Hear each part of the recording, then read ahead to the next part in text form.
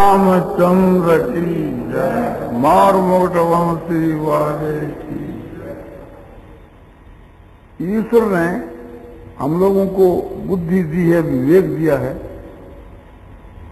और शक्ति दी है, तो उसका प्रयोग ठीक करना चाहिए। हमारे को दी हुई जो शक्ति या सामर्थ्य और जो ज्ञान, इसका हम ठीक उपयोग करें तो बस हमारा कल्याण हो सकता है। इससे अधिक की भगवान की भी आशा भी नहीं करते और हमारे ये बात लागू भी नहीं पड़ती।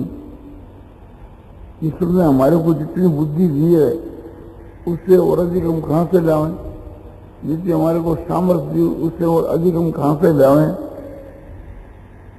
तो भगवान ने जो वक्त शक्ति और ज्ञान हमको दिया है उतने से हमारा कल्याण निश्चय हो सकता है, उतने की आवश्यकता ही नहीं होती।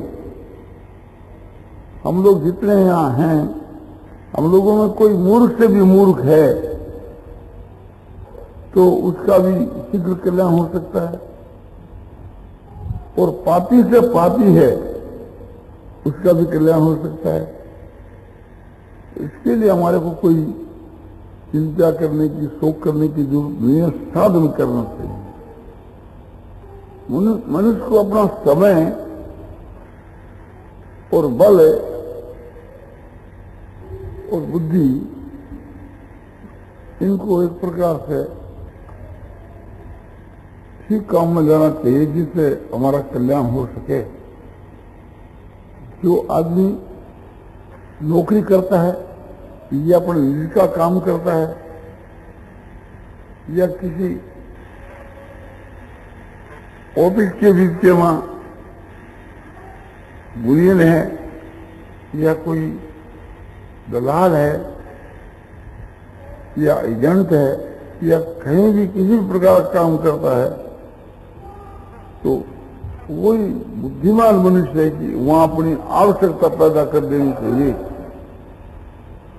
कोई व्याख्यान दाता है तो उसको अपनी ये आवश्यकता पैदा कर देनी चाहिए कि सुनने वाले उनका व्याख्यान सुनना चाहता है। एक है तो चाहता है, बहुत हो तो चाहते ही। तो सुनने वाले जो बहुत समूह है वे उसका व्याख्यान सुनना चाहते हैं, तो उसने आवश्यकता पैदा कर दी। स्त्री हो चाहे पुरुष हो, जिसने कहीं अपनी आवश्यकता पैदा नहीं की उसका जो एक प्रकार से वो समय जो है, जीवन जो है, वो भार रूप है। कोई विधवा स्त्री है, अपने पीर में रहती है, ससुराल में रहती है, किंतु उन लोगों को उसकी आवश्यकता नहीं है, तो उसका वो जीवन है सो व्यर्थ है। और आवश्यकता पैदा करने पर पीर वाले चाहते हैं कि यहाँ रहे, ससुराल वाले चाहते हैं यहाँ रहे, तो उसकी वो बुद्धिमत्ता है।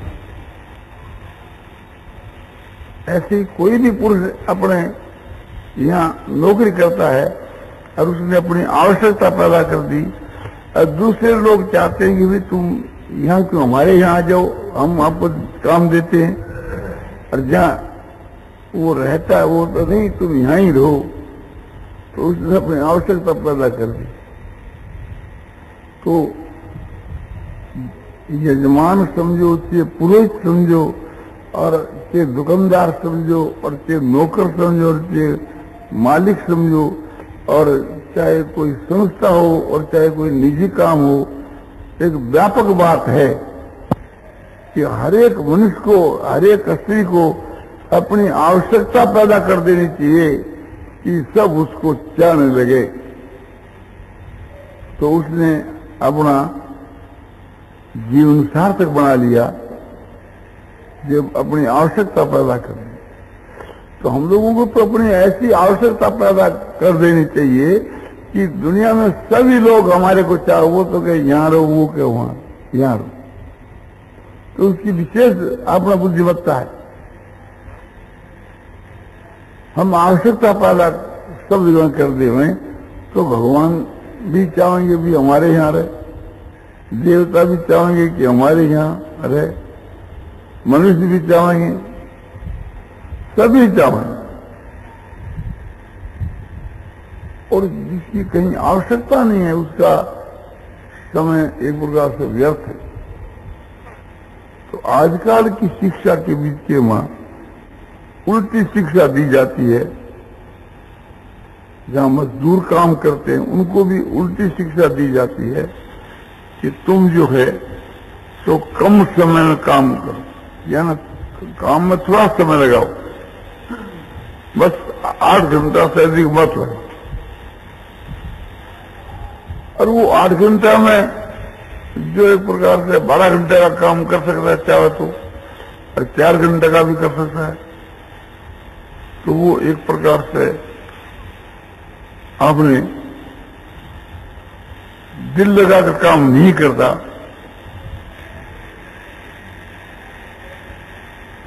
तो उसने अपनी आवश्यकता पैदा नहीं की, इसलिए उसकी मूर्खता है। वहां से जल्दी विदा होगा, रहेगा तो भी उसका रहना भी एक प्रकार से बाहर रूप ही है।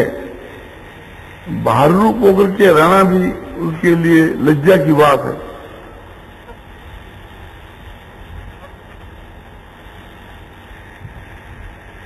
तो जितना हमको समय लगाना चाहिए उतना हम समय नहीं देते, तो हम समय की चोरी करते। और जितनी हमारी शक्ति है उतनी शक्ति लगा करके हम काम नहीं करते हैं, तो हम शक्ति की चोरी करते हैं, अपने बल की चोरी करते हैं। और जितनी बुद्धि लगानी चाहिए उतनी बुद्धि नहीं लगाते हैं, तो हम बुद्धि की चोरी करते हैं।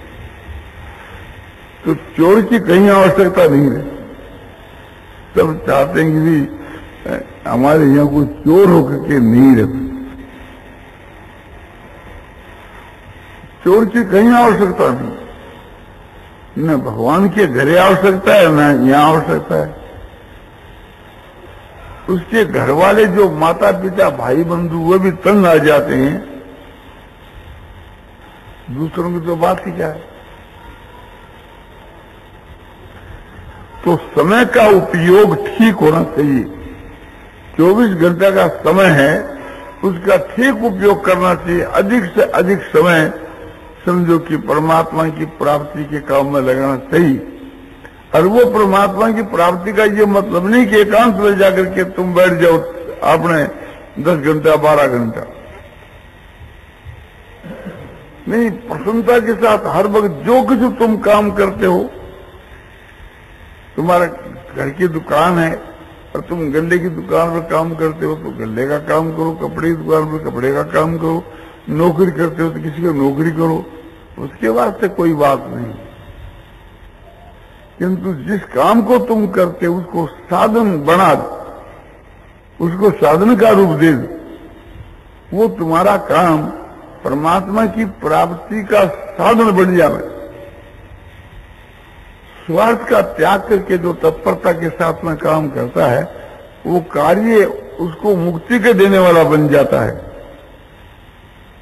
संसार के विषय भोग जो हैं ये सब मुक्ति के देने वाले बन जाते हैं यदि मनुष्य उसको स्वार्थ का त्याग करके संसार के विषयों का उपभोग करे। कोई आदमी किसी को ताड़ना करता है वाणी के द्वारा, शरीर के द्वारा या किसी प्रकार से कि समझो ताड़ना करता है, किंतु ताड़ना करने वाले की नीयत बहुत अच्छी है, उसके हित के लिए है, तो वो ताड़ना करने का जो काम है वो भी मुक्ति के देने वाला बन जाता है। डॉक्टर ऑपरेशन करता है और बर्न के ऊपर आपने हीरा लगाता है, उसको काटता है, अच्छी नीयत से थी तो उसे मवाद निकल जाती है और वो जख्म जो है सो जल्दी आराम हो जाती है। तो डॉक्टर ने अच्छा काम किया। इसी तरह से चाहे कोई आदमी अपना लड़का है और उदंडता करता है और उसके हम 2 थप्पड़ लगा दिए, इसलिए उसके हित के लिए कि इसका ये जो स्वभाव है इसका सुधार हो जाए, उसके कल्याण के लिए, उसके हित के लिए, तो उसे मारने में हमारे कोई पाप नहीं लगेगा। यदि कोई नौकर दिन में सोता है या काम के बीच के वहां गाफलात करता है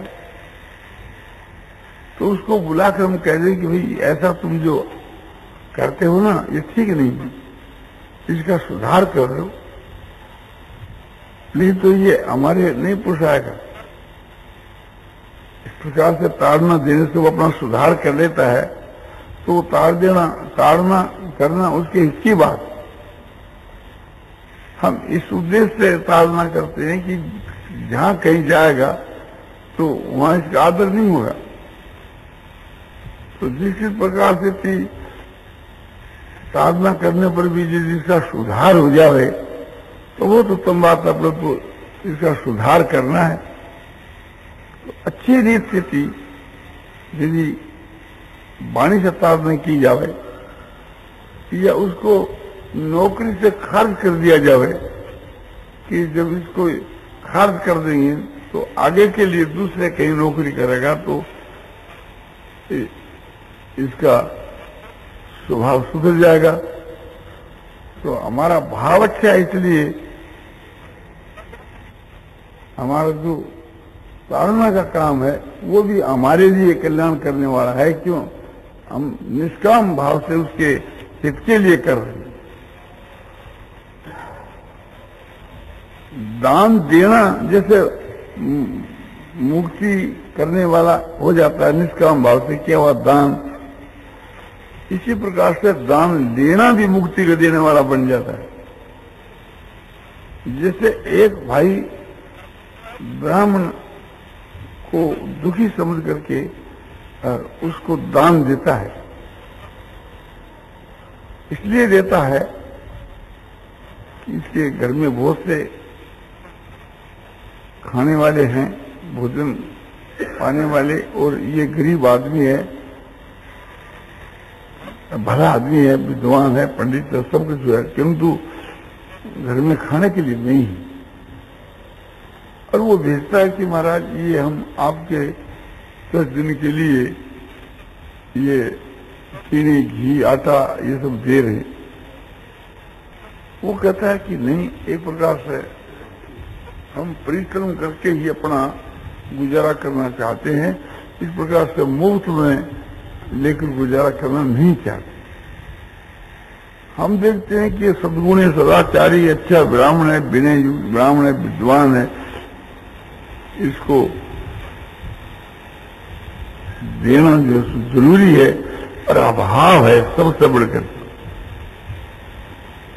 हम कहते हैं कि महाराज आपको लेना ही होगा। हमने बहुत अनुनय विनय किया, आखिर में उन्होंने इनकार कर दिया तो हम रोने लग गए। तो हमारे दुख को देख करके उसने कहा कि अच्छा ठीक है, घी चीनी की तो जरूरत नहीं है, थोड़ा आपका आटा रख लेते हैं एकदम।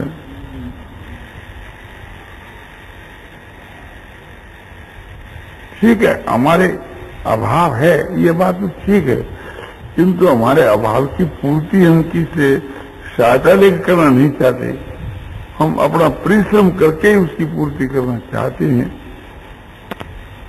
किंतु आप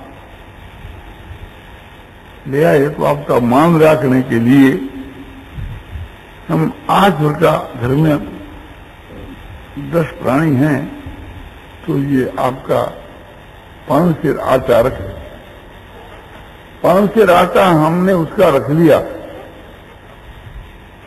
फिर उसने बहुत कोशिश करी कि नहीं आटा तो आप सभी रख लो, थोड़ा घी भी रख लो। बोले घी की क्या हो सकता है, आटा खाने से आदमी मरता नहीं, पेट तो चली जाता है, फिर चीनी और घी की क्या हो सकता है, कोई मिठाई बना करके, कोई मालपुआ बना कर फ्राई करना है, अपना पेट ही तो भरना है। बहुत कहने के ऊपर वो जो 15 सेर आटा लाया था, सबका सब वो छोड़ करके चला गया।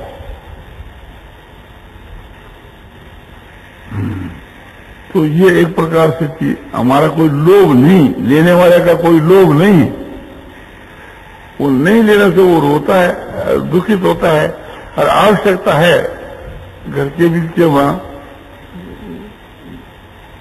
कोई सर्तव नहीं है खाने पीने का, कोई चीज का, तो हम उसका वो अनाज रख दिया, चीनी और घी वापिस कर दिया।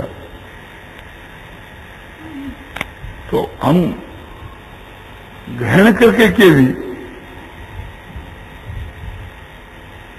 हमारी आत्मा का कल्याण हो सकता है, क्योंकि शास्त्र के अनुकूल ब्राह्मण दान ले सकता है, तो ब्राह्मण की हैसियत से दान लेना कोई बड़ी बात नहीं, और इस प्रकार से घर पर आकर प्राप्त हो जाए तो वो अमृत के समान है, इस न्याय से भी कोई बुरी बात नहीं है। किंतु हमारे भीतर में त्याग है कि इतना होने पर और ब्राह्मण होने पर भी ब्राह्मण देवता वो लेना नहीं चाहता। हम तो वैश्य हैं, किंतु समझो कि हमारे जीवन कोई ब्राह्मण हुए तो वो दान लेकर के भी मुक्त हो जाता है, कैसे कि निष्काम भाव से,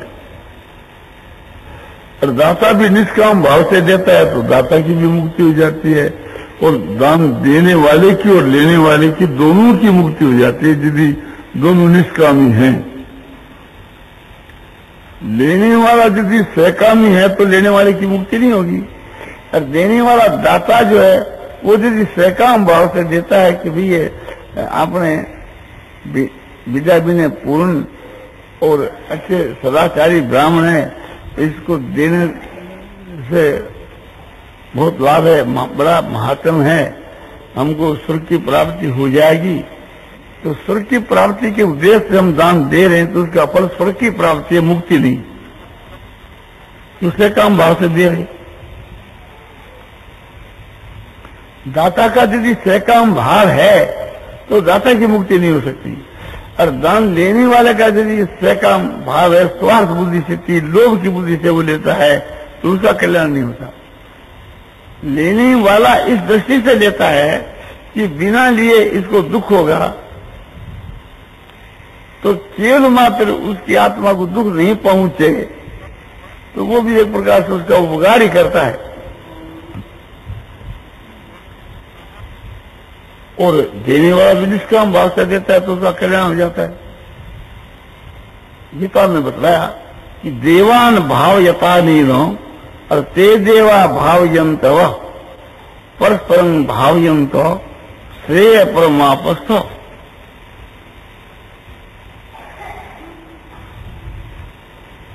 देवान भावयता नीनो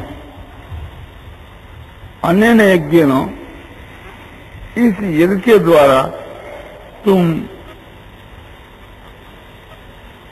देवता को उन्नत करो। देवता का जिस प्रकार से हित हो सो करो। इस जग के द्वारा तुम देवताओं को बढ़ाओ, देवताओं को उन्नत करो, और वे देवता तुम्हारी उन्नति करे, वे तुम्हारे इसको चाहे, तुम्हारा इसको कल्याण चाहे।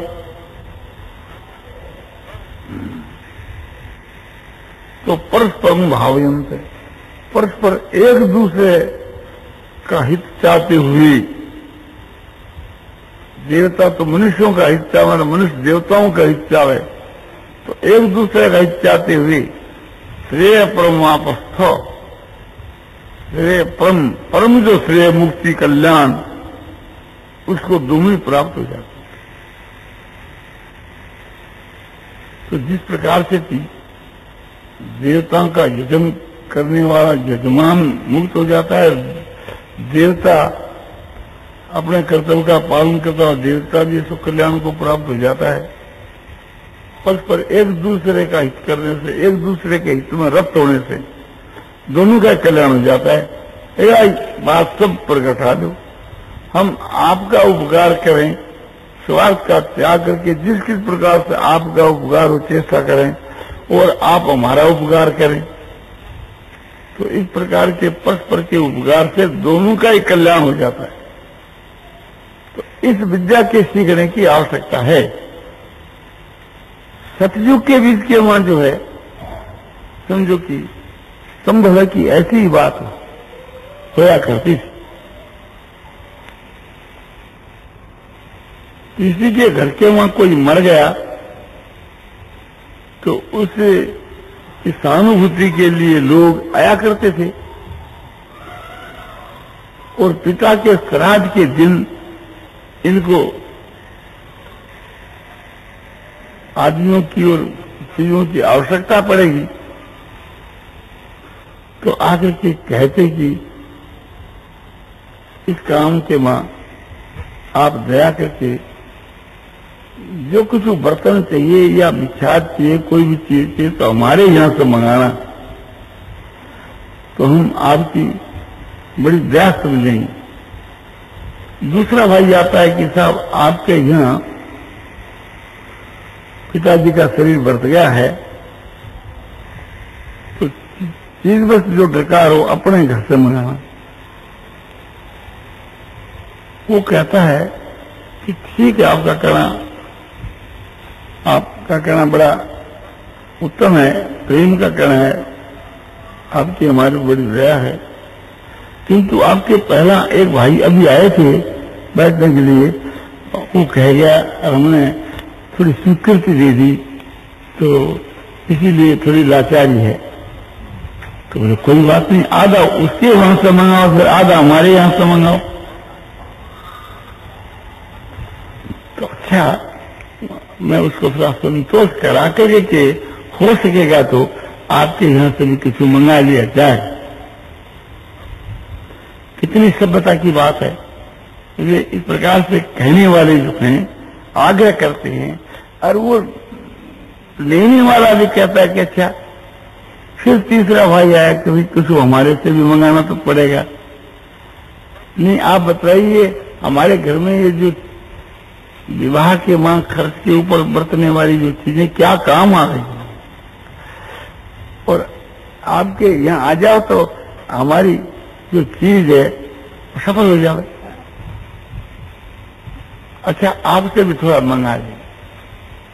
तो कहा भी कि विवाह के मां 2 दरी चाहिए, उससे दरी मंगा लो, उससे ये मंगा लो। सब विचार करते हैं कि कुछ मंगा लो, और वे लोग अपना ही आदमी करके क्या अपना यहाँ सो भेज रहे हैं, क्या क्या चीज की आवश्यकता है सो बतलाई। हम कहते हैं भैया अपना आदमी भेज देंगे, आप क्यों कष्ट करते। बोल नहीं, हमारे आदमी निकम्मे क्या करेंगे, 2 तख्ता भेज दें चौकी। बोले तख्ता तो अमुक आदमी ने 4 पहले से भेज दिया। बोले 4 भेजे क्या, और 2 अधिक से पड़े रहेंगे, काम भाव तो ले लिया। उसने देखा नहीं लेके तो उसका दुख होगा। अच्छा भाई तुम्हारी मर्जी। ऐसे दूसरा भाई कोई दरी भेज देता है, कोई तख्ता, कोई बर्तन 60 की 60 भेज देता है।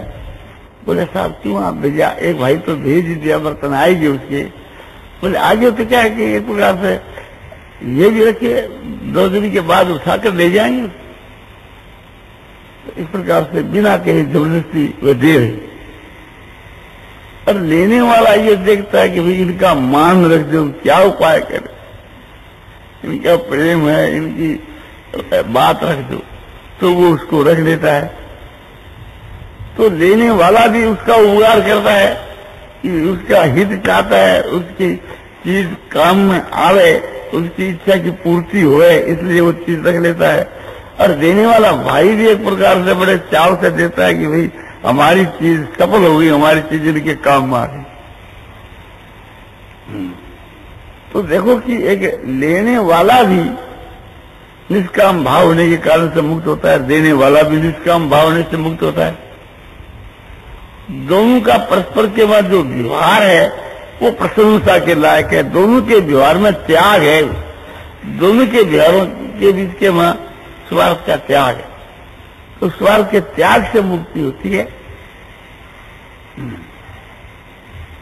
इसी प्रकार से जब त्रेता युग आया तो थोड़ा समय बदल गया। समय बदल गया तो उस वक्त के बीच के वहां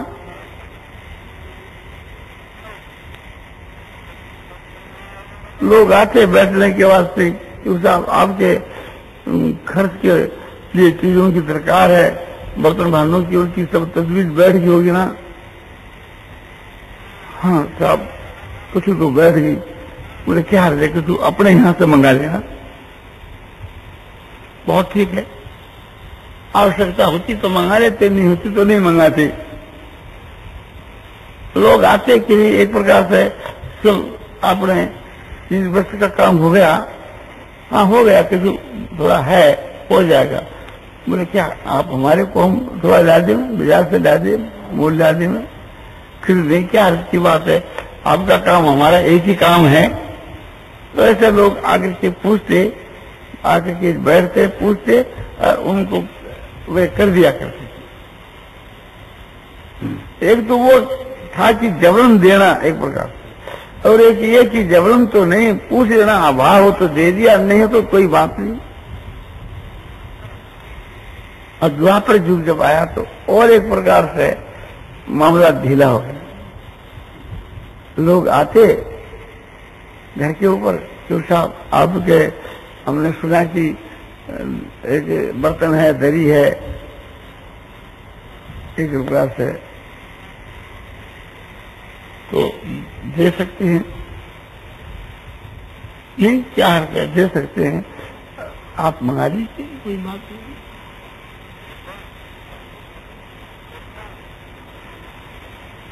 कोई भी आया भाई, उसको पूछा भाई हमारे को 4 तख्ता भेज देना, किसी को कहा हमारे को 4 खाट, एक प्रकार से हम आदमी भेज देंगे, आपको नहीं भेजना पड़ेगा, तो भेज दें। अच्छा भेज दो, कोई बात नहीं, मिल जाएगा।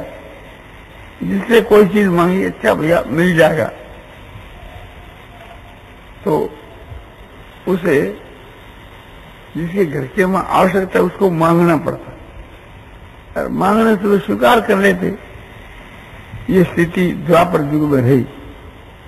जब कलयुग आया, आजकल का समय आया, तो अपने घर में विवाह है, शादी है, तो 3 जगहों से बर्तन मांगो, न मालूम मिले न मिले।